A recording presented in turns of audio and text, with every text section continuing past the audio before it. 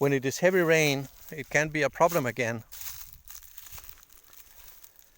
And here you can see the hose that we used in this place, and the valve. And the valve is open, but this pipeline in this place is kind of okay, but it looks like somebody broke it off, or yeah, the pipeline has been broken off here because there has been a problem. But also this tube is extra. But you can see that if I had trees and plants all the way down and the pipeline resting at the root of those things, it would be so much easier. Here you can see a complete split. This is a new valve that I put up to stop the water from flowing out here, so that we can repair it down there. And on it goes. It's hanging there because there is no soil to stop it from hanging. And every time the pipeline is hanging, which it does very heavy in certain places, it's pulling the pipeline apart. So I have to run down the pipeline a lot of times and just banging it together.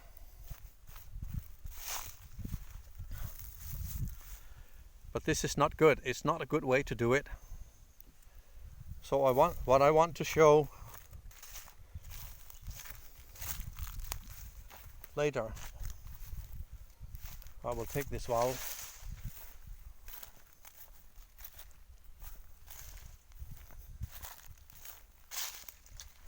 It's true that it does stop the water from running here.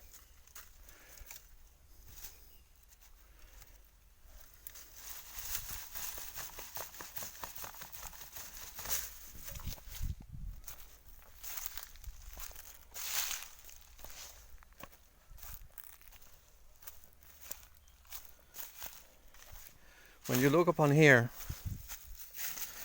of course it's easier to show it down there. I cannot get it up because it's the pipeline, the hose is very heavy. I will go back to the next valve and show you.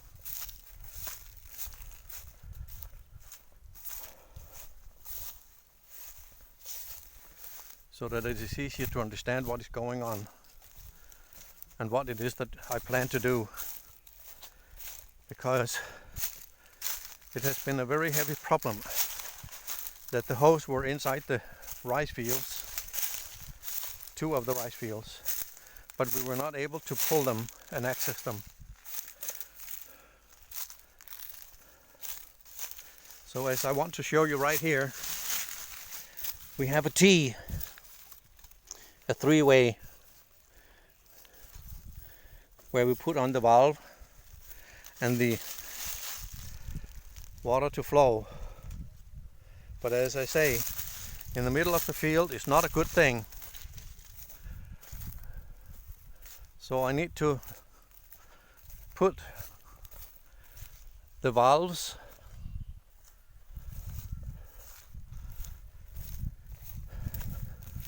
up against the dike.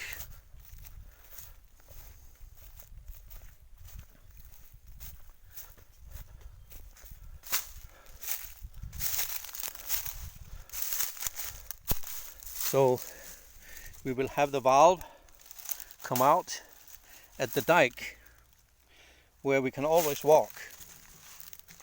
But also I want to dig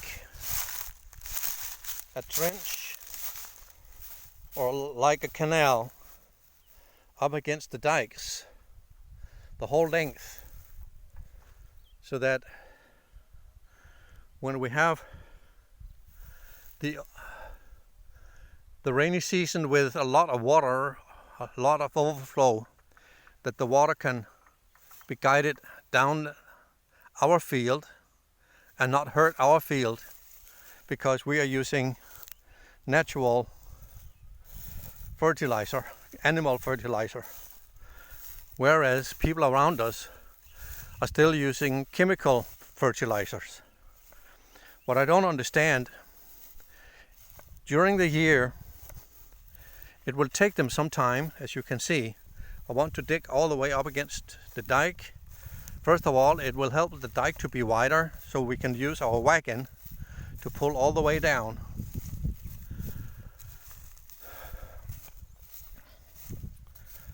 What I don't understand is that people are using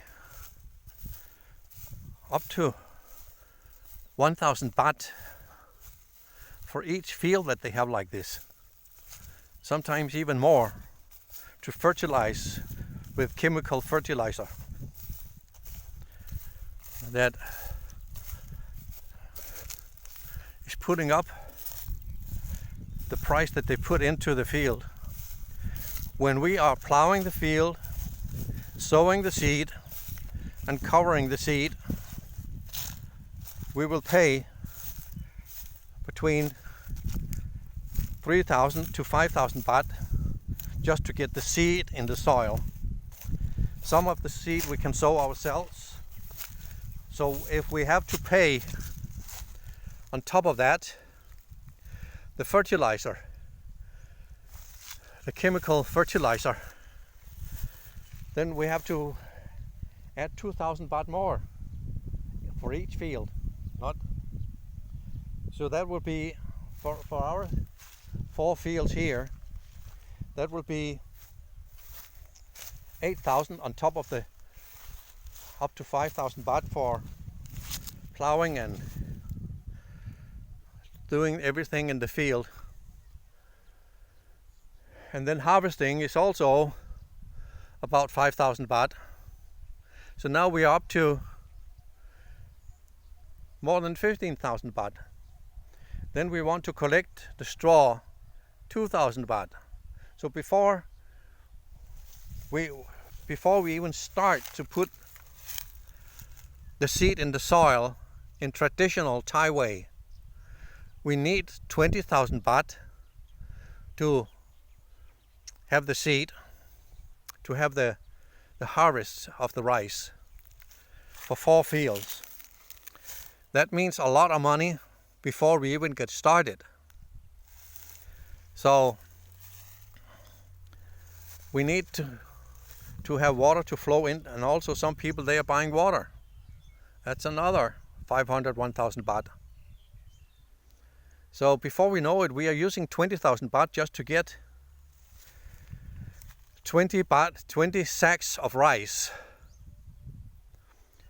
And each sack is having, I don't know, 30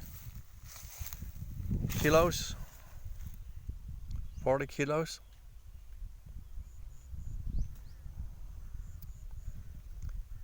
And we will get between 10 and 15 baht per kilo. It sounds like a lot of money, but to pay for everything, and if we had our own machinery to do all this, it would become so expensive.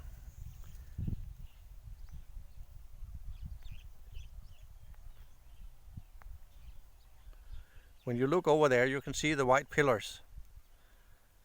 They belong to us. I have been able to dig up to 10 pillars a day in 2 hours, because it's so hot and so exhausting to do, because we want to put them here.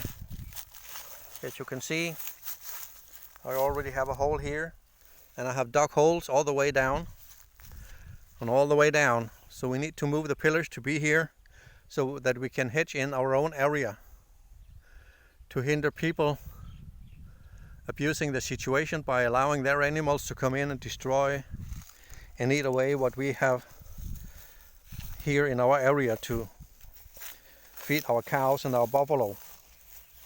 Before we had 2 buffaloes, but now we have only 1, because the old mother buffalo, she fell in the field where the public water was not turned off, so the public water flooded into the area.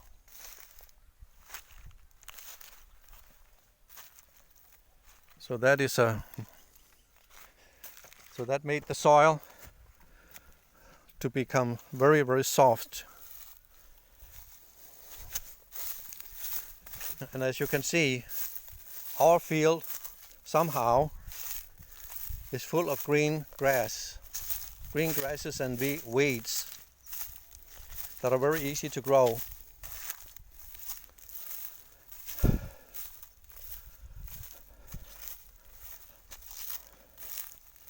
Because we had good flooding and good water flowing into our area, not just the rainwater but our own water, to fill up the soil with water.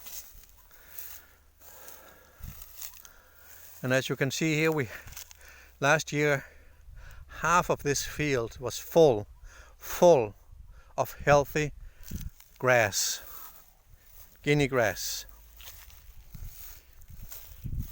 And you can see here even the trees around could not handle the heavy flooding we had this year at a late period of time, and we could not get rid of the water fast enough. So it really hurt the grass and hurt some of the trees.